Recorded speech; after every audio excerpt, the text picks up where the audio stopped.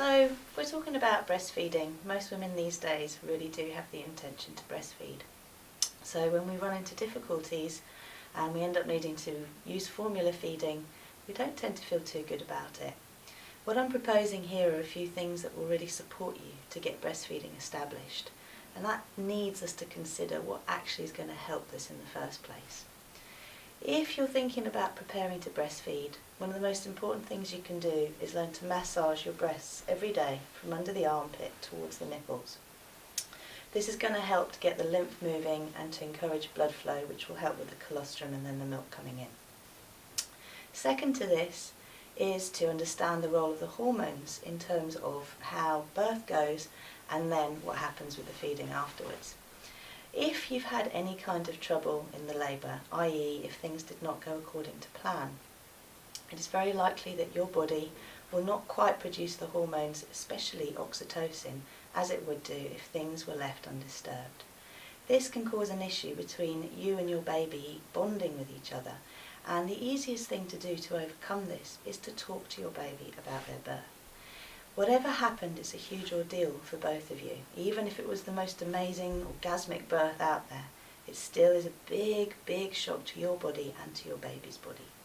Babies need to be held a lot when they're first born. Effectively, they're still premature. For the first 3 months of their lives, their organs are not fully developed. Therefore, you keeping your baby close to you, and especially encouraging skin-to-skin contact, is going to regulate your baby's heart rate, their temperature, and also their respiratory rate. So the more that they're with you, the more that they're going to be able to overcome any difficulties that may have been experienced in their arrival. When you're holding your little one, it is important to talk to them and to explain to them how they came into the world, especially if things deviated from the plan. What is most important is for you to understand that your baby experienced the birth too, but didn't see any of it, just experienced it on a feeling level and through sound, and later through touch. If you can actually talk them through, particularly at times when they seem to be crying and inconsolable, notice and note what was going on in your labour at that point in the day or night, and let your baby know, "Ah yes, little one, this was when this was happening, or we needed to transfer wards, or when they needed to break the waters, or maybe this was when I had the epidural." It's important to convey that your baby did a wonderful job, and that whatever happened is not their fault. Don't hesitate to cry in front of your little one.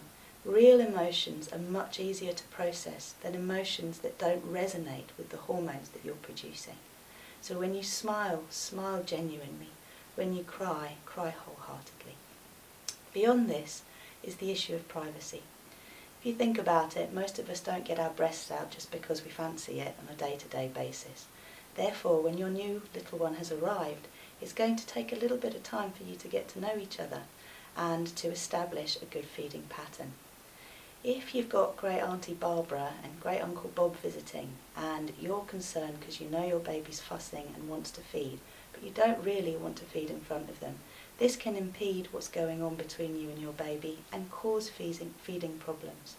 So it's really important to understand that though family and friends are well-meaning and really want to come and see your little one, a good month or so is a nice time to give yourself before going out into the big wide world and meeting everyone.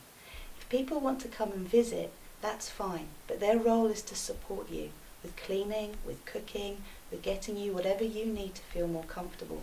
And in an ideal world, you, your partner and your baby would spend at least a few days in bed together.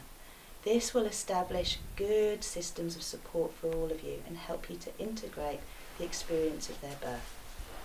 Beyond this, having the opportunity to establish feeding well before you actually go out, before you're having to tackle feeding outside, will help you realise that the more relaxed you are, the more a feed will go well. It's really important that every time your baby feeds, you recognise this as an opportunity to tune into yourself, to relax yourself.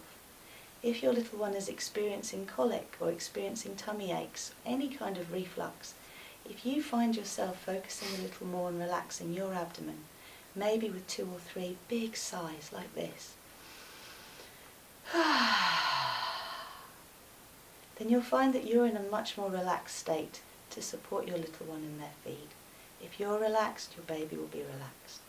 you find that they actually come off the breast a lot or they fall asleep a lot. Gently stroking their cheek, gently encouraging them through a more lighter tone of voice is going to help them to stay awake. And cut, that's 5 minutes. I thought that was a good